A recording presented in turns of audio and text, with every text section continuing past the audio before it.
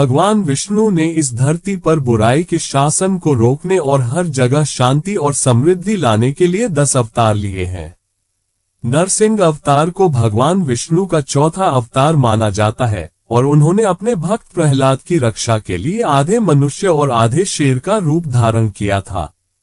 ऐसा कहा जाता है कि सत्य युग के दौरान ऋषि कश्यप और उनकी पत्नी दिति के 2 पुत्र थे, हिरण्याक्ष और हिरण्यकशिपु। दोनों ही हर जगह विनाश और अराजकता फैलाने के लिए जाने जाते थे और मनुष्यों और देवताओं दोनों को परेशान करते थे। उनके अत्याचारों से तंग आकर देवताओं ने भगवान विष्णु से प्रार्थना की कि वे भाइयों को रोकने के लिए कोई उपाय बताएं। भगवान विष्णु ने अपने भक्तों की प्रार्थना सुनी और हिरण्याक्ष को मारने के लिए एक विशाल सूअर का रूप धारण किया, जिसे उनके वराह अवतार के रूप में जाना जाता है। इसे भगवान विष्णु का तीसरा अवतार माना जाता है। हिरण्याक्ष ने भूदेवी के रूप में पृथ्वी को गहरे समुद्र में छिपा दिया। भगवान विष्णु के वराह अवतार ने आखिरकार पृथ्वी और उसके साथ हिरण्याक्ष का स्थान खोजने में कामयाबी हासिल की। वराह अवतार और हिरण्याक्ष के बीच युद्ध। सूअर और हिरण्याक्ष के बीच भयंकर युद्ध हुआ, जिसने पूरी दुनिया को हिलाकर रख दिया। आखिरकार सूअर ने अपने दांतों से हिरण्याक्ष को कुचल दिया और पृथ्वी को अपने दांतों पर उठाकर ब्रह्मांड में उसके सही स्थान पर रख दिया और दुनिया में संतुलन बहाल कर दिया। इससे देवताओं और मनुष्यों को बहुत राहत मिली, लेकिन उनकी खुशी अल्पकालिक थी, क्योंकि हिरण्याक्ष के भाई हिरण्यकशिपु ने अपने भाई की हत्या के लिए भगवान विष्णु से बदला लेने की कसम खाए और दुनिया में अथाह विनाश मचाया, जिससे हर कोई डर गया। उसने दुनिया में सब कुछ नष्ट करने के लिए असुरों की अपनी सेना का नेतृत्व किया, लेकिन देवताओं की शक्ति का सामना किया। उसे पता चला कि देवताओं को भगवान विष्णु द्वारा मदद की जा रही थी और उसने भगवान विष्णु के अंत का कारण बनने का वादा किया। उसने जंगल में जाकर भगवान ब्रह्मा से अमरता का वरदान मांगने का फैसला किया। वह जल्द ही अपनी सारी सांसारिक इच्छाओं और इंद्रियों को भूल गया और अपने ध्यान में खो गया। भगवान इंद्र ने हिरण्यकशिपु की सेना को नष्ट कर दिया। इस बीच भगवान इंद्र को एहसास हुआ कि असुरों का नेतृत्व हिरण्यकशिपु नहीं कर रहा था। उसने सोचा कि यह असुरों पर हमला करने का सही मौका है, क्योंकि वे बिना नेता के थे और देवताओं और असुरों के बीच युद्ध जीतना आसान होगा। इसलिए उसने पूरी ताकत से असुरों पर हमला किया और उम्मीद के मुताबिक उनमें से अधिकांश को मारने और युद्ध जीतने में सक्षम था। इस प्रक्रिया में उसने हिरण्यकशिपु की पूरी राजधानी को नष्ट कर दिया और उसके महल की ओर कूच करने का फैसला किया। वहां उससे हिरण्यकशिपु की पत्नी कयाधु मिली। उसने सोचा कि अगर हिरण्यकशिपु ने कभी बदला लेने की कोशिश की तो वह उसे बंदी बनाकर बंधक के रूप में इस्तेमाल करेगा। ठीक उसी समय नारद मुनि वहां पहुंचे और भगवान इंद्र को ऐसा करने से रोका। उन्होंने क्रोधित होकर इंद्र से पूछा कि वह उस महिला को जबरन बंदी क्यों बना रहा है। इंद्र ने उनसे कहा कि वह उसे बंधक के रूप में इस्तेमाल करने जा रहा है, ताकि अगर हिरण्यकशिपु ने फिर से उस पर हमला करने का फैसला किया तो वह बच न सके। ये सुनकर नारद मुनि ने उनसे कहा कि वह उसी समय उस महिला को छोड़ दे, क्योंकि असुरों और देवताओं के बीच युद्ध में उसकी कोई भूमिका नहीं थी। वह सिर्फ एक मासूम और असहाय महिला थी। इंद्र के पास उसे जाने देने के अलावा कोई और विकल्प नहीं था। उसे छोड़ने के बाद नारद ने उससे पूछा कि क्या वह ठीक है, और उसने बताया कि वह थोड़ी हिल गई है और सदमे में है, लेकिन अन्यथा वह ठीक है। उसने ये भी बताया कि वह गर्भवती है और वह नारद के साथ रहना चाहती है और उनकी बेटी की तरह उनकी सेवा करना चाहती है, क्योंकि उसके पास जाने के लिए कोई और जगह नहीं थी। नारद ने यह बात मान ली और कयाधु नारद की कुटिया में रहने लगी। नारद उसे भगवान विष्णु की कहानियां सुनाते थे और उनकी कहानियां सुनकर कयाधु के मन में भगवान विष्णु के प्रति लगाव पैदा हो गया। उसका अजन्मा बच्चा भी कहानियां सुनता था और वह भगवान विष्णु का सबसे बड़ा भक्त बन गया।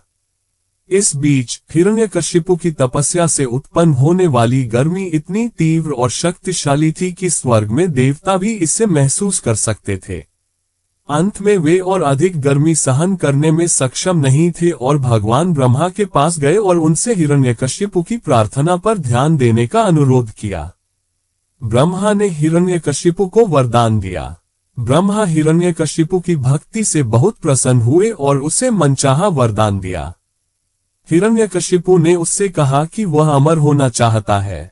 ब्रह्मा ने उससे कहा कि ऐसी इच्छा करना संभव नहीं है, क्योंकि इससे जीवन का संतुलन बिगड़ जाएगा। इसलिए बहुत सोचने के बाद हिरण्यकशिपु ने आखिरकार एक योजना बनाई। उसने भगवान ब्रह्मा से वरदान मांगा कि उसे कोई भी मनुष्य, देवता या ब्रह्मा द्वारा बनाया गया जानवर न मार सके। साथ ही कोई भी उसे दिन या रात में नहीं मार सकता और कोई भी उसे स्वर्ग या धरती पर नहीं मार सकता। साथ ही कोई भी उसे हथियार से नहीं मार सकता या उसे उसके घर के अंदर या बाहर नहीं मार सकता। बहुत सोचने के बाद उसने आखिरकार उसे वरदान देने का फैसला किया। बहुत खुश होकर वह अपने राज्य वापस चला गया। वहां वह अपने राज्य की हालत देखकर बहुत दुखी हुआ। उसने इन सब का कारण बनने वाले इंद्र से बदला लेने का फैसला किया। उसने अकेले ही देवताओं से युद्ध किया और उन्हें हरा दिया और उन्हें देवलोक से भगा दिया। फिर वह स्वर्ग का शासक बन गया। प्रहलाद भगवान विष्णु का सच्चा भक्त। उसने अपनी पत्नी और बेटे को धरती पर पाया और उन्हें अपने राज्य में वापस ले आया। दुष्ट और नीच हिरण्यकशिपु के विपरीत उसका बेटा प्रहलाद भगवान विष्णु का बहुत बड़ा भक्त था और हर समय उनसे प्रार्थना करता था। एक बार प्रहलाद से बात करते समय हिरण्यकशिपु उसे भगवान विष्णु की स्तुति गाते हुए सुनकर हैरान रह गया। क्रोधित होकर उसने प्रहलाद के शिक्षक को दंडित किया और उसे उस पर नजर रखने के लिए कहा। समय के साथ हिरण्यकशिपु भगवान विष्णु से प्रार्थना करने के कारण प्रहलाद पर और अधिक क्रोधित हो गया। अंततः वह इसे और सहन नहीं कर सका और अपने रक्षकों से प्रहलाद को मारने के लिए कहा। रक्षक अनिच्छा से उसे मारने के लिए तैयार हो गए, लेकिन प्रहलाद पर प्रत्येक वार के साथ उनकी तलवारें टुकड़े टुकड़े हो गईं और प्रहलाद सुरक्षित रहा। हिरण्यकशिपु ने प्रहलाद को काटने के लिए कुछ जहरीले सांप मांगे, लेकिन फिर भी वह सुरक्षित रहा। फिर उसने पागल हाथियों को उस पर छोड़ दिया, लेकिन हाथियों ने उस पर बिल्कुल भी हमला नहीं किया। उसने अपनी बहन होलिका को बुलाने का फैसला किया और उससे कहा कि वह उसे अपनी गोद में बिठाए और उसे जलाकर मार डाले। उसने सोचा कि कम से कम ये योजना काम करेगी, लेकिन होलिका, जो आग से प्रतिरक्षित थी, जलकर राख हो गई। अब हिरण्यकशिपु हैरान रह गया। उसके पास कोई विचार नहीं था और उसका गुस्सा चरम पर था। उसने प्रहलाद को घसीटा और उससे पूछा कि क्या उसके भगवान विष्णु उनके साथ कमरे में मौजूद हैं। प्रहलाद ने उसे बताया कि भगवान हर जगह है, और हताश होकर हिरण्यकशिपु ने प्रहलाद का मजाक उड़ाया और उससे पूछा कि क्या उसके भगवान उनके बगल में एक खंभे में मौजूद हैं। प्रहलाद ने उसे बताया कि वह मौजूद है। गुस्से में हिरण्यकशिपु ने खंभे को लात मारी और एक क्रूर प्राणी निकला जो आधा आदमी और आधा शेर था। भगवान विष्णु ने नरसिंह अवतार लिया। वह प्राणी ऊंची आवाज में चिल्लाया कि वह नरसिंह है, जो विष्णु के 10 अवतारों में से एक है, जो हिरण्यकशिपु को मारने के लिए धरती पर आया है। उसने हिरण्यकशिपु को एक मजबूत पकड़ में जकड़ लिया और उसे घसीटते हुए दरवाजे की दहलीज पर ले गया, जो न तो उसके घर के बाहर था और न ही अंदर। उसने उसे अपनी गोद में बिठाया, जो न तो आकाश था और न ही धरती, और शाम के समय अपने पंजों से उसे मार डाला, बिना किसी हथियार का इस्तेमाल किए। हिरण्यकशिपु ने प्रहलाद को काटने के लिए कुछ जहरीले सांप मांगे, लेकिन फिर भी वह सुरक्षित रहा। फिर उसने पागल हाथियों को उस पर छोड़ दिया, लेकिन हाथियों ने उस पर बिल्कुल भी हमला नहीं किया। उसने अपनी बहन होलिका को बुलाने का फैसला किया और उससे कहा कि वह उसे अपनी गोद में बिठाए और उसे जलाकर मार डाले। उसने सोचा कि कम से कम ये योजना काम करेगी, लेकिन होलिका, जो आग से प्रतिरक्षित थी, जलकर राख हो गई। अब हिरण्यकशिपु हैरान रह गया। उसके पास कोई विचार नहीं था और उसका गुस्सा चरम पर था। उसने प्रहलाद को घसीटा और उससे पूछा कि क्या उसके भगवान विष्णु उनके साथ कमरे में मौजूद हैं। प्रहलाद ने उसे बताया कि भगवान हर जगह है, और हताश होकर हिरण्यकशिपु ने प्रहलाद का मजाक उड़ाया और उससे पूछा कि क्या उसके भगवान उनके बगल में एक खंभे में मौजूद हैं। प्रहलाद ने उसे बताया कि वह मौजूद है। गुस्से में हिरण्यकशिपु ने खंभे को लात मारी और एक क्रूर प्राणी निकला जो आधा आदमी और आधा शेर था। भगवान विष्णु ने नरसिंह अवतार लिया। वह प्राणी ऊंची आवाज में चिल्लाया कि वह नरसिंह है, जो विष्णु के 10 अवतारों में से एक है, जो हिरण्यकशिपु को मारने के लिए धरती पर आया है। उसने हिरण्यकशिपु को एक मजबूत पकड़ में जकड़ लिया और उसे घसीटते हुए दरवाजे की दहलीज पर ले गया, जो न तो उसके घर के बाहर था और न ही अंदर। उसने उसे अपनी गोद में बिठाया, जो न तो आकाश था और न ही धरती, और शाम के समय अपने पंजों से उसे मार डाला, बिना किसी हथियार का इस्तेमाल किए। हिरण्यकशिपु को मारने के बाद आधे शेर और आधे मनुष्य ने जोर से दहाड़ लगाई, जिससे सभी असुर डर गए।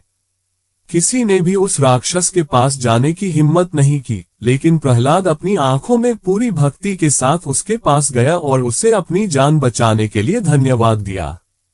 अपने पिता के बारे में पूछे जाने पर नरसिंह ने उन्हें बताया कि हिरण्यकशिपु वास्तव में भगवान विष्णु का द्वारपाल विजय था, जो शापित था और उसे स्वर्ग वापस जाने के लिए 3 और जन्म लेने की आवश्यकता थी।